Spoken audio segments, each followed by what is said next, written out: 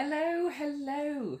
Welcome to this lovely, sunny, warm, beautiful Friday afternoon. And it's time for Random Friday Musing. So, what have I been thinking about this week? Oh, lots of things. there's a lot to think about at the moment in life, isn't there?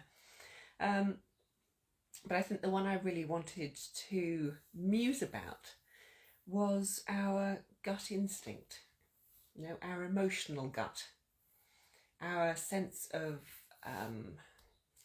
feeling about what is right for us and what is wrong for us. As we evolved as people, we have had this amazing sense. Some call it a sixth sense, some call it gut instinct, some call it just a feeling of right and wrong. Doesn't matter what we call it, but we've always had this feeling about what is good for us and what isn't good for us. In fact, all living things have it. There are so many recorded instances of when horses, dogs, have just stopped in various places and refused to go forward because they've sensed that something just wasn't right. I've been in the house here, and one of my dogs, I remember being alone at night, and this dog just looked out into the hallway and started growling, this very, very deep growl. Terrified me, because I thought clearly he's sensing something that is out there, excuse me, that I can't sense.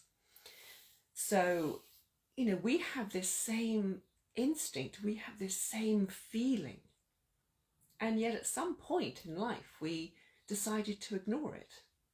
Was it this lifetime? Was it the advent of the Industrial Revolution? Was it religions? I don't know. This is what I'm wondering. At which point did we actually give up listening to what our bodies tell us? When did we turn around and say, well, you know what, I'm going to trust my health, my career path, my happiness. I'm going to give the potential, the power and the choices, I'm going to give it to somebody else. How do we do that? Coming back to dogs, my last dog, he was very, very sick, and I managed to save his life 3 times.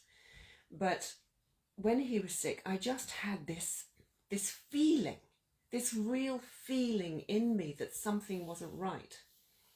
And twice I took him to the vet. These are different instances. I took him to the vet and I said, I think he's got whatever was going on. And both times the vets went, no, you're wrong. He doesn't. It turns out I was right. I knew that dog.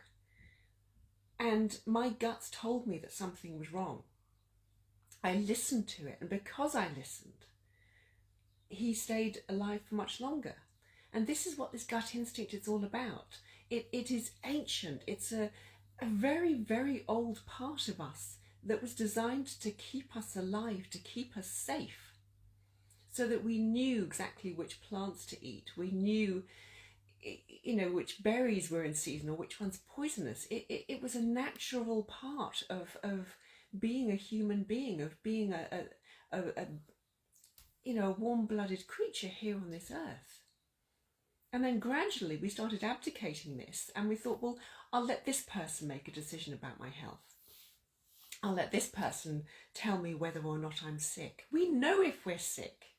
We know it's within us. We can feel it in our body, and all we have to do is listen. We don't need a scan. We don't need a doctor. We don't need somebody else to tell us whether we're right or not. We don't need someone else to tell us that we're doing the right thing or the wrong thing. We don't need to look to other people to tell us what is right for us. And then we say this to children, and we start bringing them up with this idea that you will be happy. If you behave in this way, it will make you happy. And then these poor children believe they're happy when they truly aren't, because they're trying to fit into a shape, into a box, into a plan that has been created for them, but not for just them. It's been created for all the children, to fit them all into the same box, and it doesn't work. this life is all about individuality. It's all about celebrating the divinely unique colour that we are. And, you know, the colour of our light, the colour of our wisdom. And if we try and put everybody into the same box, it just doesn't work. We need to start listening to ourselves. And just because someone tells you to do something, it doesn't mean you should go and do it. You know, I parked in a parking space once. I probably mentioned this. And everybody parked there. And the traffic warden came up and went, I'll give you a ticket if you stay there. And I said, but everybody parks here.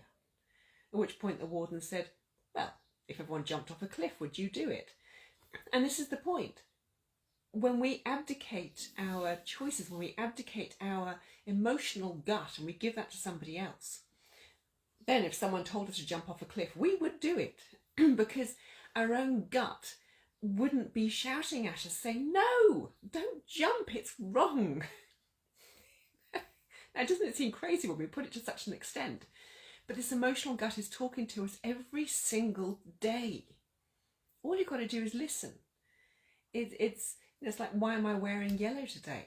Because I went to my wardrobe this morning and my energy said, I need yellow.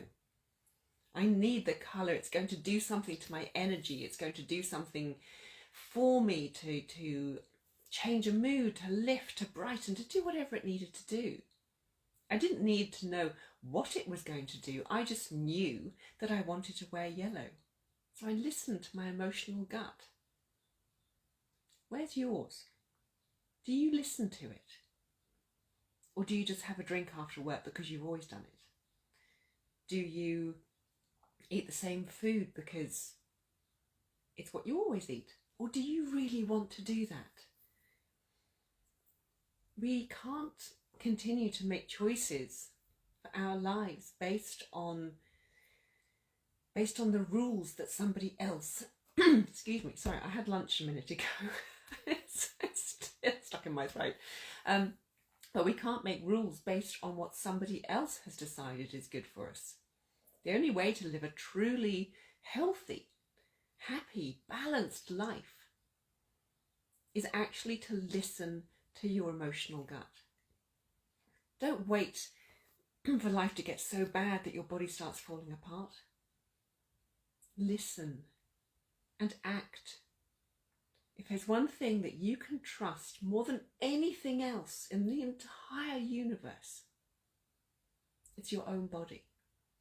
It gives out the clearest signals. It never gives mixed messages. It always tells you the truth. So start listening to that emotional brain. It's in there. It's right in there. When you feel those butterflies, listen. When you feel that excitement, listen. When something doesn't feel right, don't follow it. If the food doesn't smell right, don't eat it. All you've got to do is listen. And then you can start getting onto a path that's actually built for you and not a path that has been created by somebody else and you get herded down it, because that's not living. So yeah, get listening. So that's my random musing for today. I hope it's been a helpful random musing. And I look forward very, very much to seeing you again. And hopefully you will join me next Friday at a wonderfully random time. Have a gorgeous weekend. Enjoy the sunshine. And I send loads of light blessings to you all. Bye bye.